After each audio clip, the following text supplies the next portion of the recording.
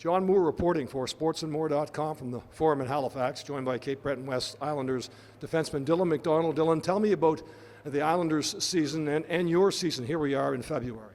Well, we're working hard all the time, and we're having some good games. We're competing, coming out on top, and I'm having a pretty good season. Took me a little bit to kind of get used to it. I made a big jump, and I think we got to finish out here and then continue on to the playoffs. You didn't make a big jump. You made a huge jump from Midget B with St. Mary's last year. Tell me about the jump. That was huge. Well, the pace is definitely a lot faster, and the position there's definitely more like system work. Last year there wasn't really, just kind of more or less pond hockey really. So it took a little bit, but I caught on pretty good. How confident were you when you headed to camp? I was a little nervous. I didn't really know anyone. I didn't play with any of them before, and but as the year went on, my confidence kind of built up. Well, Dylan came to camp last spring and caught the eye of our coaching staff. Fairly good-sized kid. He processed the game pretty quickly, and it was somebody that we took note of, and the coaching staff was certainly going to keep an eye on him and invited him back in August. So far he's been great in his own zone. He battles hard. He makes a nice short pass.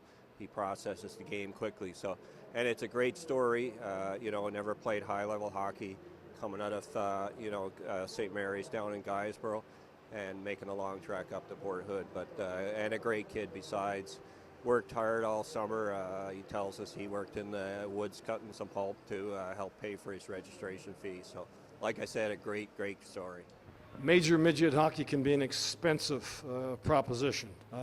Tell me a little bit about what your summer was like as you tried to get enough money together to be able to play at this level.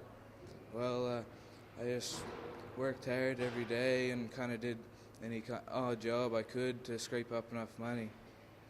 Can you give me a sense as to some of the jobs that you tackled the past summer? I split firewood and cut some pulpwood with my father, and just mowed grass, stuff like that.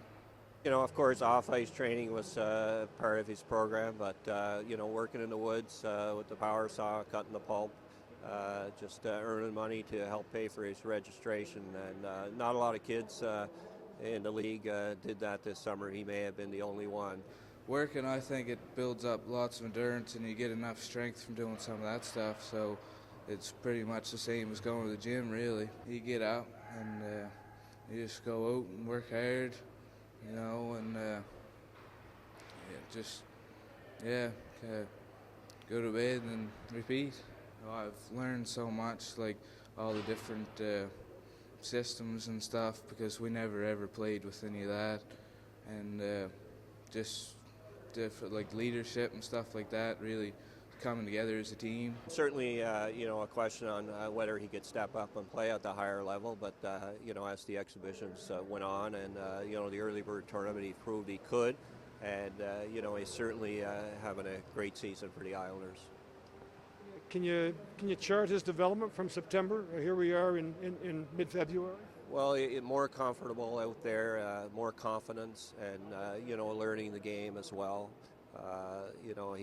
He's progressed at a good pace all year, which is certainly what you want to see.